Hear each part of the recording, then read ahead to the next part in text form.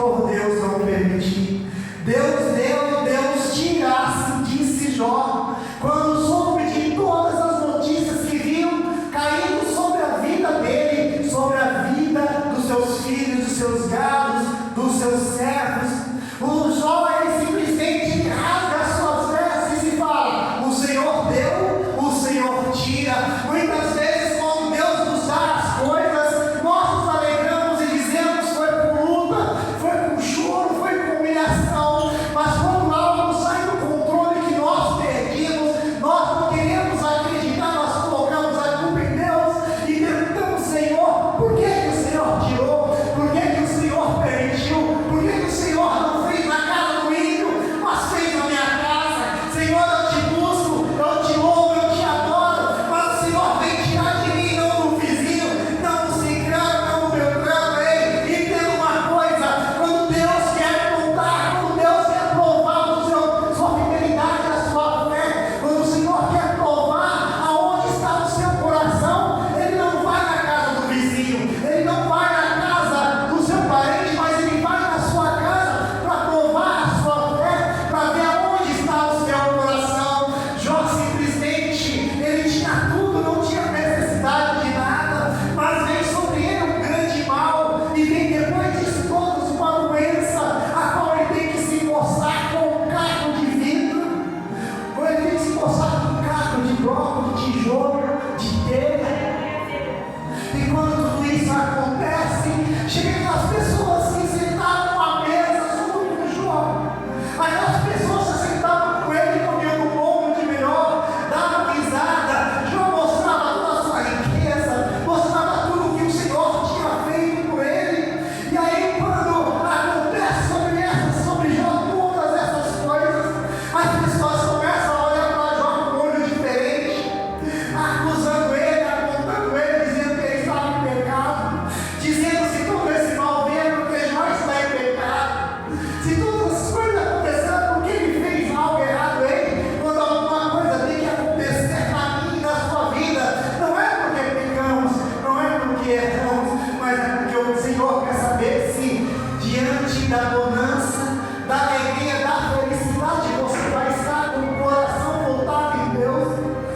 Sim, quando você tiver tudo com a mesa farta, com a família reunida, se você está lá se alegrando, você vai ter a mesma posição quando todos te abandonarem, se você vai ter a mesma atitude quando vier a doença, vier o desemprego. O Senhor quer saber se você vai ter a mesma posição, a mesma disposição, se você vai ter a mesma caminhada e os mesmos pensamentos em Deus. Quando vier a doença, quando vier o desemprego, quando vier a fome, quando vier o abandono, quando vier a solidão, quando você estiver sozinho ou sozinha em algum lugar, se você vai elevar os seus pensamentos para Deus e dizer: Senhor, eu tinha tudo e te louvava, te agradeci, e agora não tenho nada e eu continuo agradecendo. Abram as vossas Bíblias no livro do apóstolo João. Louvado seja Deus. Eu tenho falado com Deus: Senhor, eu quero algo diferente. Eu quero que, se for o Senhor me usar, que me use de uma forma totalmente diferente. Eu quero ser diferente de todas as outras pessoas ou do meu eu antigo. Eu quero algo novo. João capítulo 19.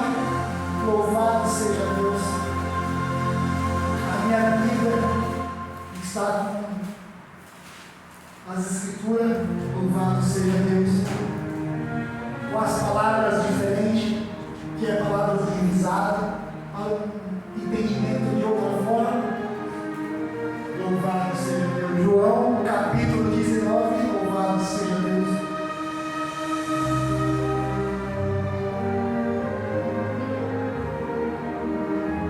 João capítulo 19, versículo de número 30.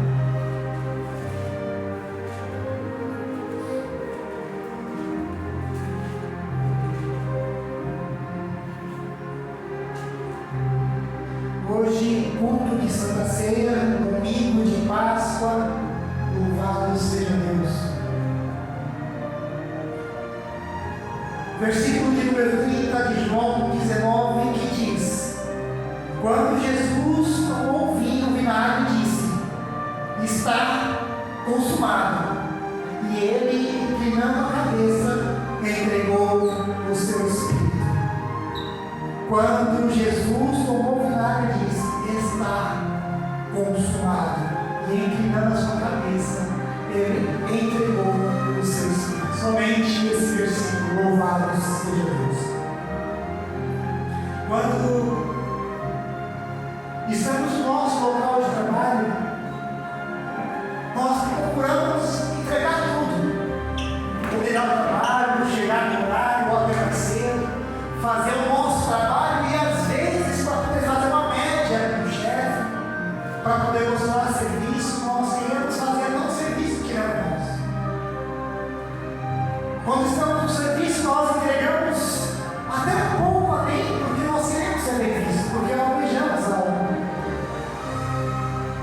Quando Jesus chama os seus discípulos, Jesus já tinha escolhido por um a dedo, antes mesmo de descer a terra. Ele sabia quem seria João, ele sabia quem seria Pedro, quem seria Mateus, ele sabia quem seria até Judas que o traía. Mas aí muitos se perguntam se Jesus ele era onisciente, onipresente, onipotente. Por que ele escolheu Judas? Sabendo que Judas iria trair. Por que ele escolheu Judas? Sendo que Judas iria entregar e ele não poderia ter simplesmente escolhido outra pessoa. Sabe, uma coisa que eu aprendi é que nós temos um propósito na face dessa terra. O que eu tenho que fazer, outra pessoa não vai fazer. E quando Deus coloca alguém do nosso lado, é porque Deus já escolheu aquela pessoa para estar do nosso lado, porque aquela pessoa vai fazer algo que nós não podemos fazer, ou até mesmo vai bater em algo que nós vamos resistir. E era necessário que Jesus escolhesse Judas para trair, para mostrar para a humanidade que mesmo diante de uma traição, tem perdão, tem que liberar o perdão. Muitas vezes nós passamos anos amargurado, triste, abatido, se fechando para as pessoas, se fechando para o mundo, porque alguém do nosso passado nos magoou, nos traiu, nos abandonou no momento em que nós mais precisávamos. Nós passamos tanto tempo encolhido, deixando de viver, deixando de fazer as coisas diferentes, porque nós ficamos pensando no passado, como seria se fulano não tivesse nos traído, ou até mesmo se nós não tivéssemos conhecido fulano. Mas bem, na verdade, algumas pessoas Deus coloca à nossa frente e outras Deus permite que elas venham. Sabe por quê? Porque muitas vezes Deus diz: não trilha esse caminho, mas nós insistimos em trilhar esse caminho. Deus diz: não vai para a esquerda, vai para a direita, mas nós queremos ir para a esquerda. E tudo que vem depois disso é consequência. Tudo que vem nesse caminho, nesse propósito, é consequência das nossas escolhas. As escolhas que Deus faz para a nossa vida, o que Deus traz para nós pagamos um preço para adquirir, porque Deus não vai nos dar nada e dizer: olha, está bom, você vai ter a sua porta de emprego, você vai ter seu carro, sua casa, sua família, nada de ruim vai te acontecer. Jesus mesmo disse: no mundo tereis aflições, mas tenha bom ânimo, porque eu venci, e vocês também vão vencer. Jesus sabia que cada um dos seus apóstolos, mas também sabia que aquelas palavras ficariam gravadas em escrituras e pergaminhos que se tornariam a Bíblia Sagrada e que se tornariam palavras de outras pessoas e que chegariam aos nossos tempos e até para pessoas que virão depois de nós. Tenha bom ânimo. É fácil ter bom ânimo quando sabemos que uma empresa está demitindo e nós vamos ser o próximo.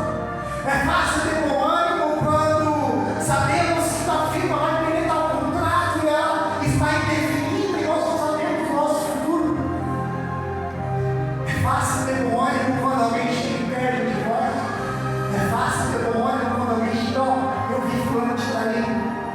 É fácil ter bom ânimo quando alguém bate no nosso carro, quando o pneu quebra, quando o motor está dando problema, quando a gasolina está acabando e não tem dinheiro para gasolina, e você vê aquele ponteiro chegando na reserva e você fala, Senhor, o Senhor é Deus do milagre, eu vou fechar os olhos, vou orar e quando eu abrir o olho, o tanque vai estar cheio, mas isso não acontece.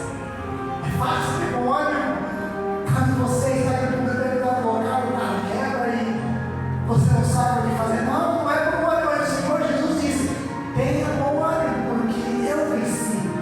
No mundo vai ter aflição, as coisas vão ser difíceis, mas não vão ser impossíveis de resolver. Jesus, ele escolhe os seus 12 discípulos e o último ele escolhe Judas. Ele sabe que Judas vai trair, ele sabe que Judas vai olhar para aquela bolsa de moedas e vai se pegar aquele dinheiro. Mas é necessário passar por aquilo, é necessário trilhar aquele caminho, é necessário estar do lado de pessoas que gostam de você, mas também vai se aproximar pessoas que não gostam de você para te observar. Sabe por quê as pessoas vão se aproximar de você?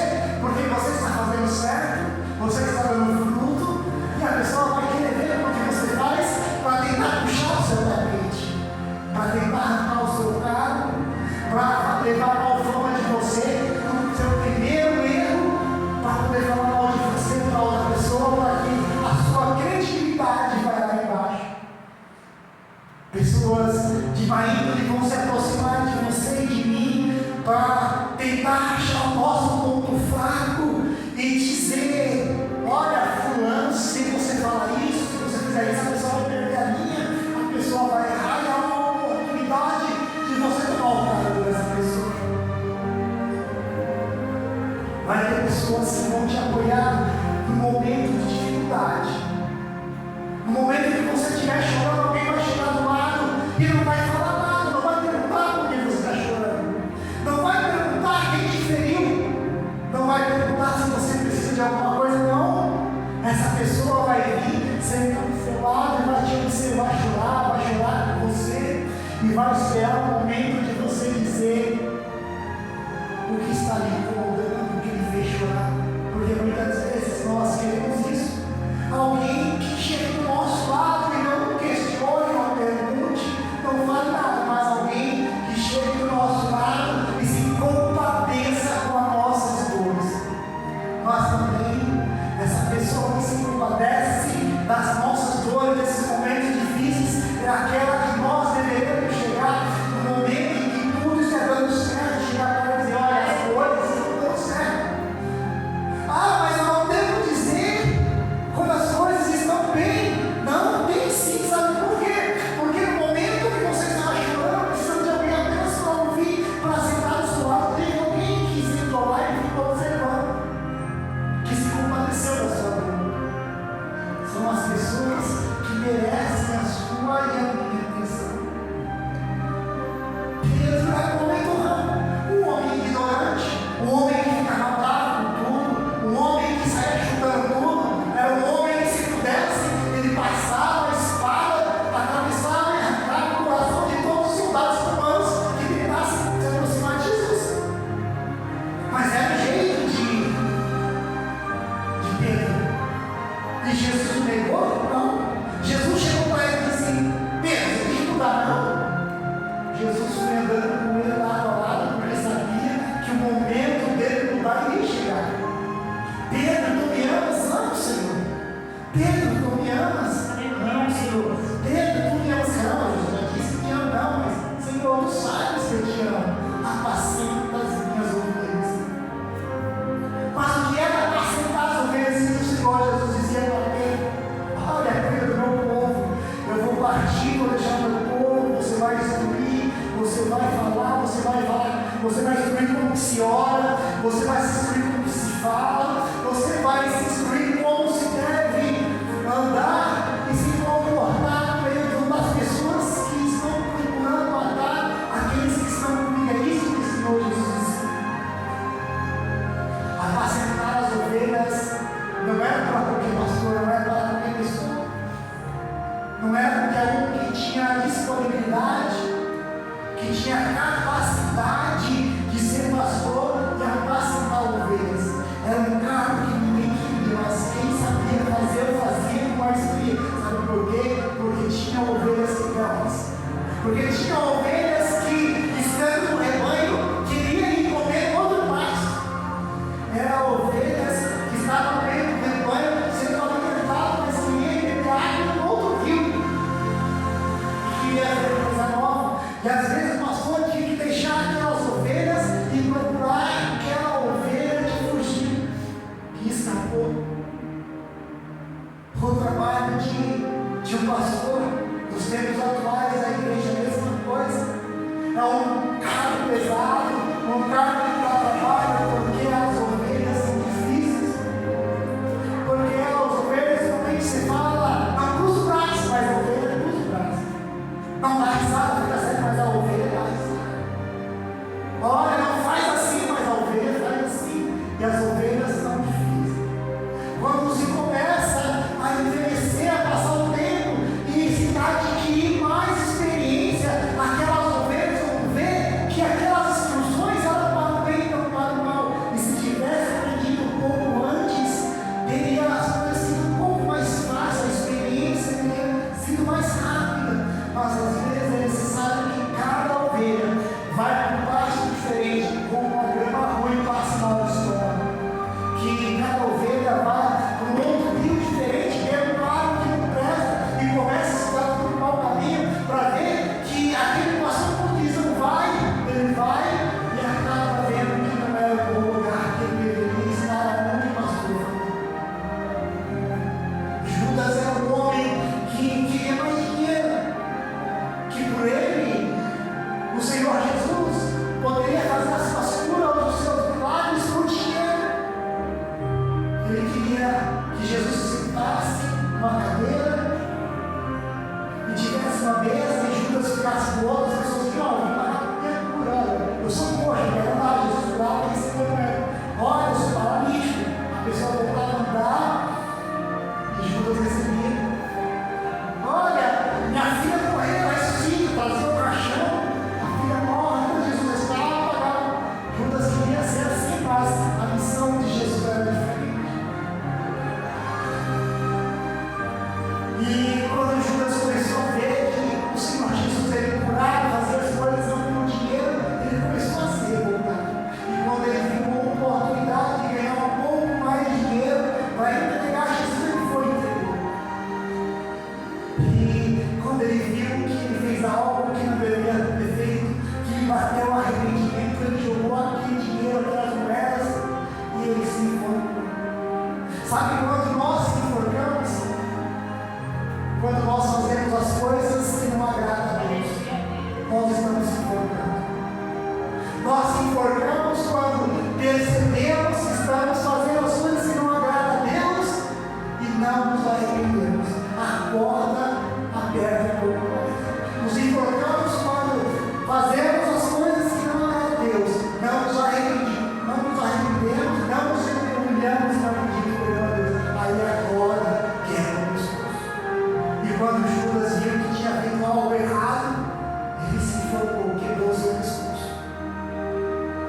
Mas o Senhor Jesus ele veio para as pessoas doentes, para os pecadores. Jesus ele veio para as pessoas que estavam perdidas.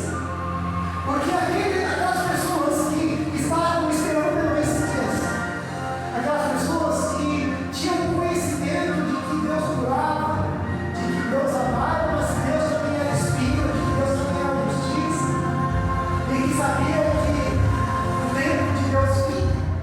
Jesus não veio para aquelas pessoas, mas para aquelas pessoas que não sabiam que era cura, não sabiam que era milagre, não sabiam que era o reino dos céus.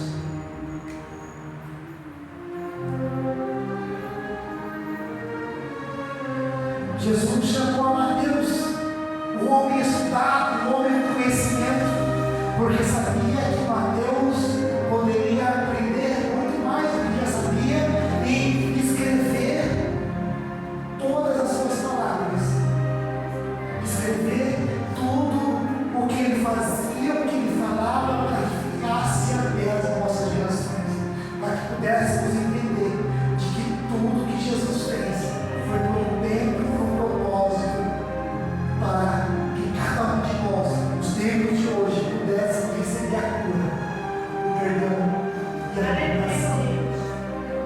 Mas Jesus sendo santo, Jesus não tendo pecado, Jesus não tendo defeito nenhum.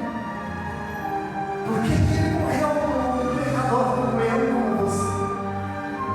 Por que ele entregou a sua vida? Por que ele saiu do lugar de trono?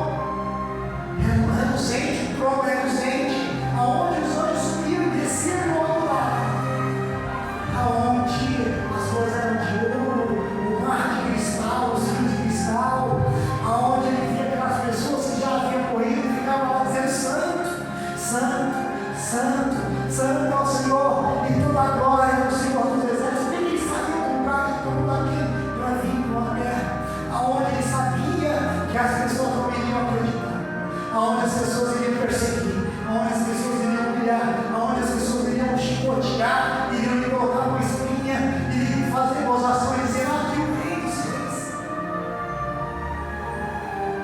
E até o momento da sua morte as pessoas iriam duvidar que ele reconhecia que ele era Jesus, ele tinha vindo do lugar de trono. Não pense que eu e você nos dias de hoje é diferente do teu conhecimento bíblico, que eu e você vão receber o batismo do Espírito Santo por falar em línguas, por sair sabateando, que nós vamos ser diferentes, não. As pessoas vão abusar, vão apontar, as pessoas vão querer a nossa queda, as pessoas vão observar os nossos erros para que possam jogar contra nós esses erros. Mas o Senhor Jesus, Ele viu o nosso erro como uma oportunidade de se consertar, uma oportunidade de se humilhar e de procurar mais a face dele. O Senhor Jesus, se Ele fosse fogo, se Ele fosse espinho, como as pessoas falavam antes, e não era uma antiguidade, não teria sobrevivido ninguém naquela época.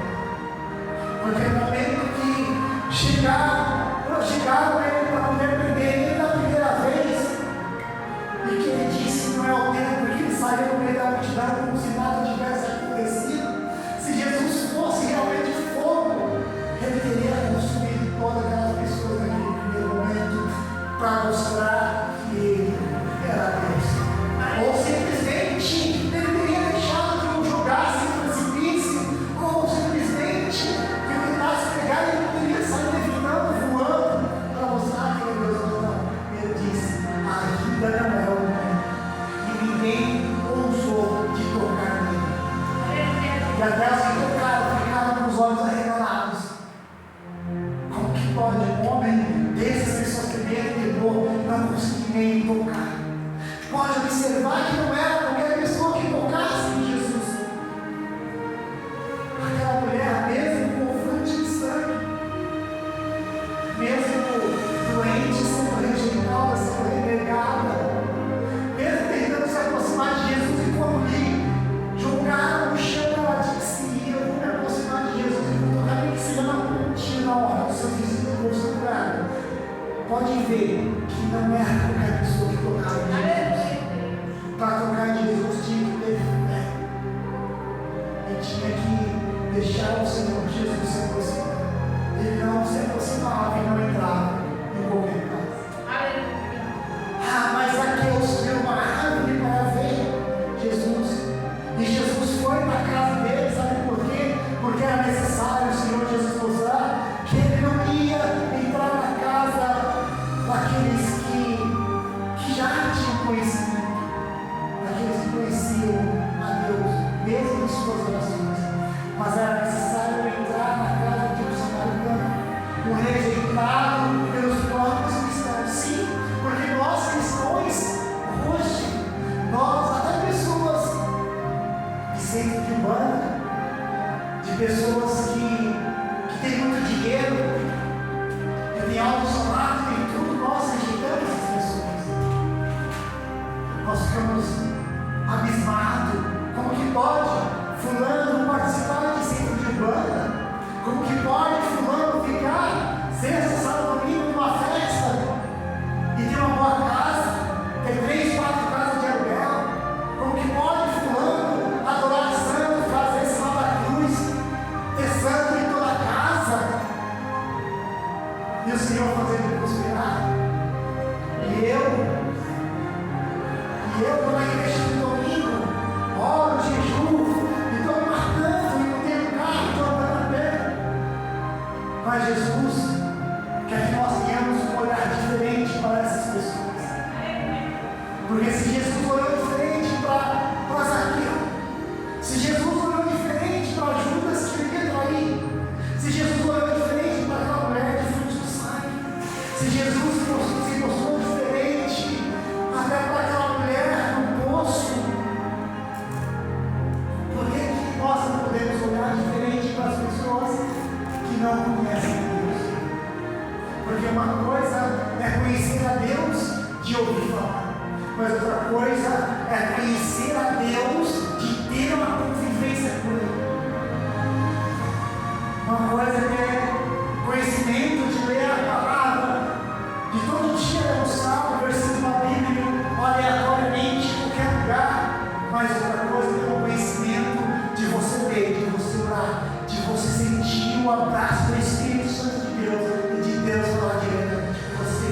Isso é diferente, isso ninguém tira de mim e ninguém tira de você.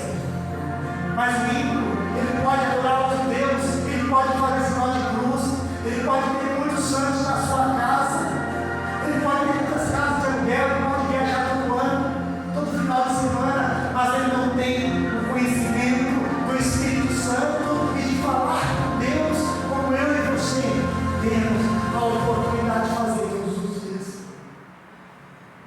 Você já se pegou na sua casa no momento de tristeza, dobrou-se de joelho e começou a falar com Deus e sentiu aquele calor, aquele abraço de Deus?